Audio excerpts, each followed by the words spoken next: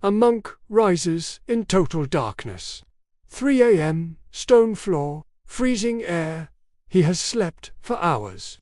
He will pray, work, farm, build, study, and pray again until midnight. He does this every day. For decades, no coffee, no energy drink, no stimulant pill, and he never collapses, never burns out, never reaches for something to keep him going. Because the monastery gave him something better. A system built from 7 centuries of observation, precise, plant-based, ruthlessly effective. It costs almost nothing. And an $86 billion energy industry has built its empire on making sure you never discover it. Stay with me. Number 4 is the adaptogen Cistercian monks consumed every morning. NASA studied it in 2002 for astronaut energy in zero gravity. Number 9 hits in 20 minutes flat, with no crash and no dependency. And number 13 is the monastery evening ritual that doubles morning energy the following day. Number 1, rosehip tea, the monastery's morning ignition before any food, before any prayer. Before the first candle was lit, the monks drank rosehip tea, wild rose fruit, dried and steeped hot, every morning, in monastery kitchens across England, France, and Germany since the 9th century. The monks did not know the word vitamin C. They knew brothers who drank it had more consistent energy than those who did not. They documented it. They made it mandatory. Rosehip contains vitamin C 20 times more concentrated than oranges. But the energy mechanism goes beyond vitamin C. Rosehips reduce inflammatory cytokines, the molecular signals that produce fatigue, as their primary symptom. Chronic low-grade inflammation is now recognized as the primary driver of the persistent fatigue that sends millions to doctors every year. Rosehips suppress that inflammation at the source and support adrenal function by providing the micronutrients adrenal glands consume fastest under demand. A bag of dried rosehips costs $3. The monks drank it every morning. Number 2, Eleuthero, the Siberian monastery endurance route. In the Orthodox monastery communities of Siberia, one route appeared above all others for sustained energy. Eleutherococcus senticosus, Eleuthero, Siberian ginseng, consumed as daily tea.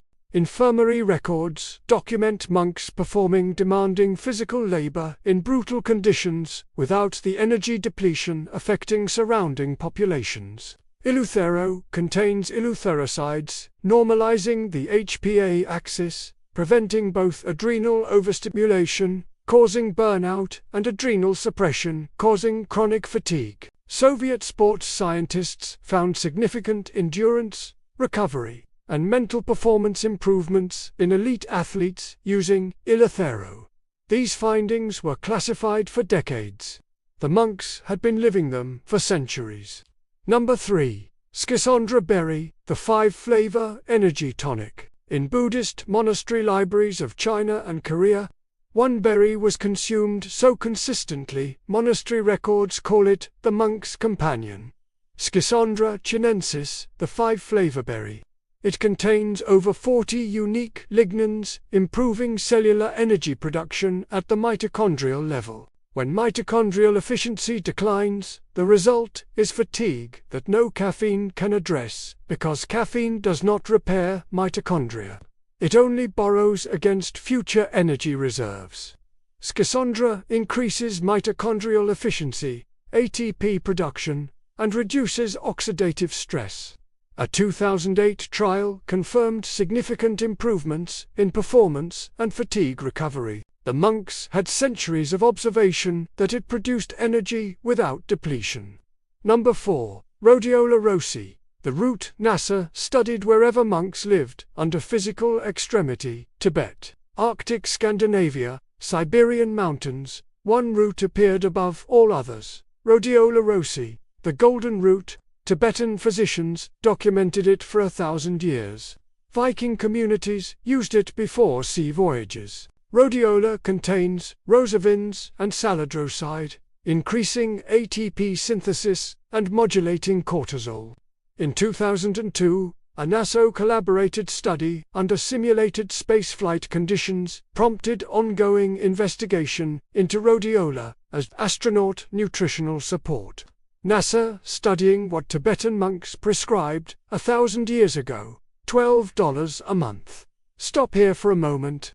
For plants, all confirmed, from Soviet sports science to NASA collaboration.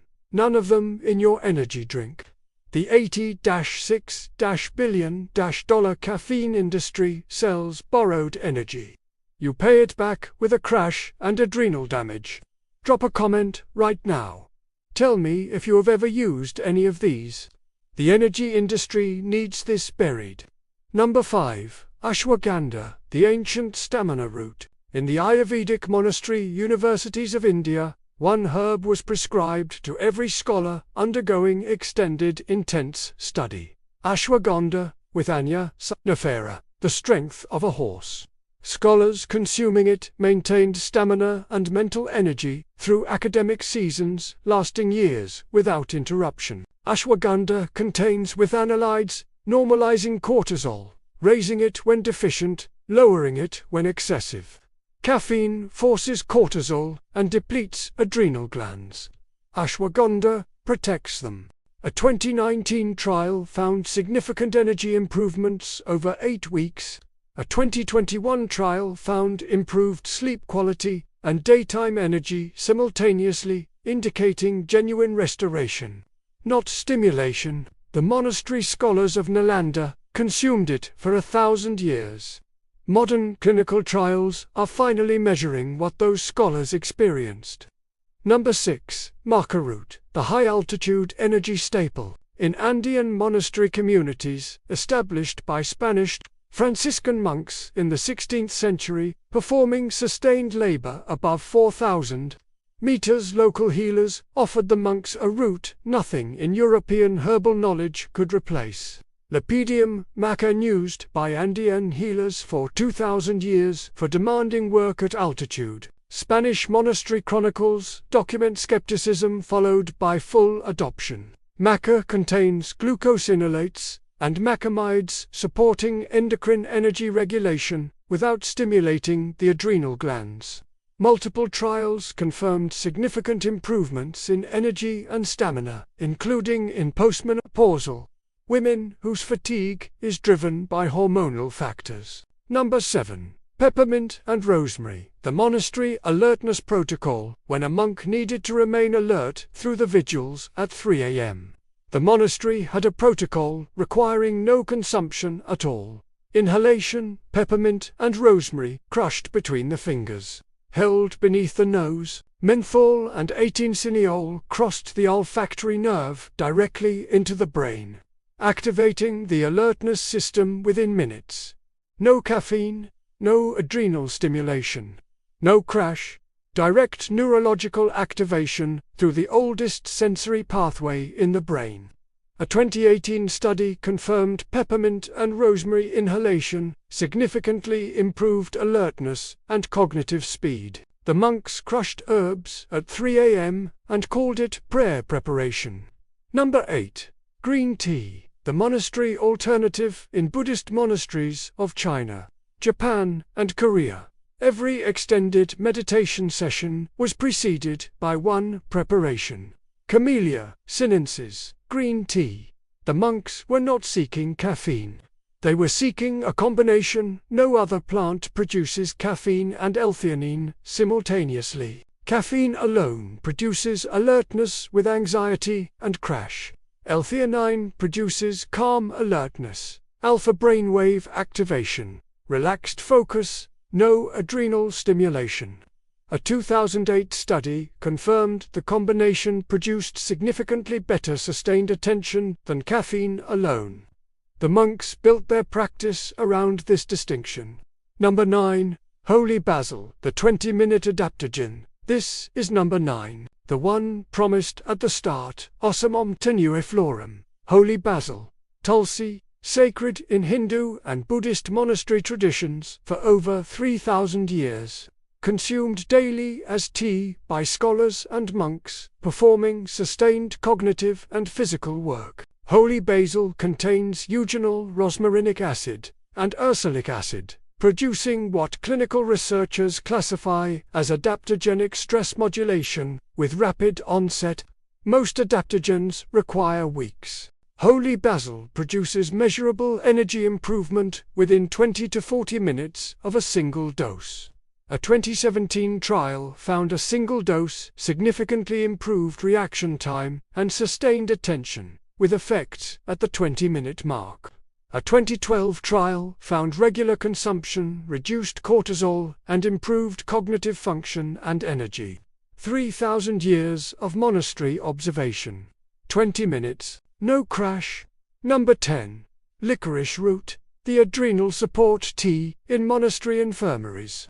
There was a specific treatment for the monk whose energy had genuinely collapsed, not from lack of sleep, but from the hormonal depletion following extreme stress. Glycyrrhiza glabra, licorice root, the dried root, brewed as a bitter, dark tea. Licorice root contains glycyrrhizin, inhibiting cortisol breakdown and restoring energy in the adrenally depleted, prescribed in conventional medicine for Addison's disease. The monastery infirmarians used it for functional adrenal depletion, the subclinical version exhausting millions of chronically overstressed people today. The monks who consumed licorice root tea during recovery periods reported energy restoration within days. Modern clinical observation of licorice root in functional adrenal support confirms this timeline. Number 11. Pine pollen, the monastery spring tonic. Every spring, in monastery forests across Europe and Asia, pine trees released golden pollen clouds. In both traditions, independently, across thousands of miles, the monks collected it. Pine pollen, consumed in water, honey, and wine. The monastery spring tonic, pine pollen, contains phytoandrogens, structurally similar to testosterone and DHEA, the precursor hormones whose decline correlates directly with age-related energy loss. Pine pollen provides the endocrine system with raw materials to produce these hormones naturally. The monks documented increased energy through the demanding spring season following pine pollen consumption. Modern endocrinology is only beginning to investigate what monks practiced for centuries. Number 12. Chaga mushroom, the Siberian monastery power fungus. In the forest monasteries of Siberia and the Russian north, a black, charcoal-like growth appeared on birch trees. The monks harvested it, dried it, brewed it daily through brutal winters. In a notice obliquus chaga, communities consuming it maintained energy and resistance to illness through conditions that incapacitated surrounding populations. Chaga contains superoxide dismutase, the body's primary antioxidant enzyme protecting mitochondria from oxidative attack. Caffeine borrows against cellular energy infrastructure. Chaga maintains it.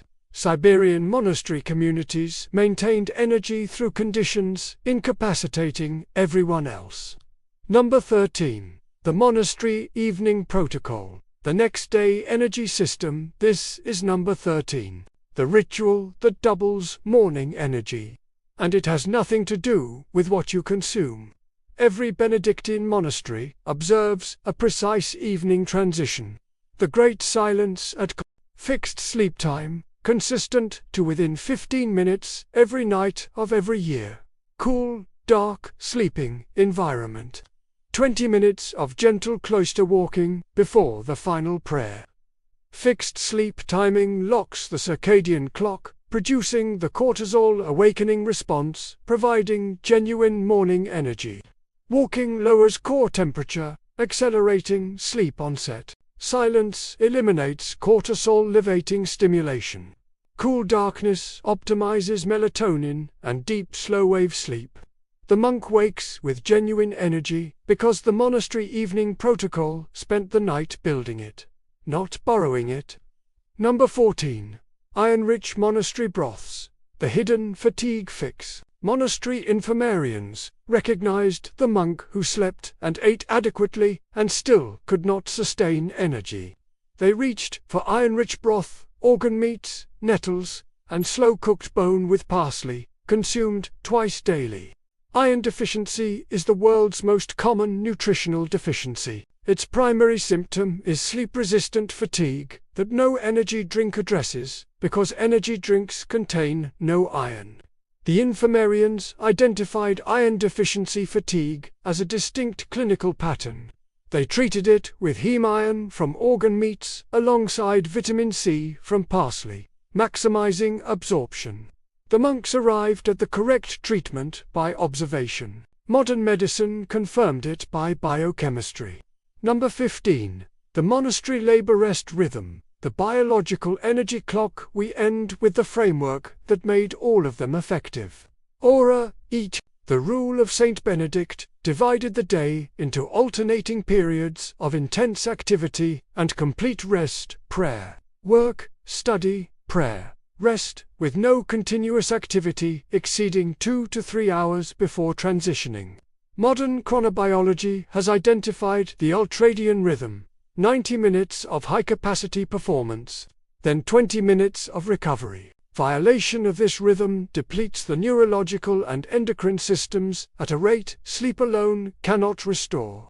The monastic schedule enforced the ultradian rhythm by spiritual discipline. The prayer periods were precisely the recovery phases chronobiology identifies as essential for sustained performance. The $80-6 billion energy industry sells stimulants to override fatigue caused by violating this rhythm. The monastery worked with the body's design. Monks worked from before dawn until after dark, for decades, without a single energy drink. They built an empire on your exhaustion, on the removal of every ancient protocol that sustained human energy before caffeine became an industry. The monks had roots, berries, and a schedule.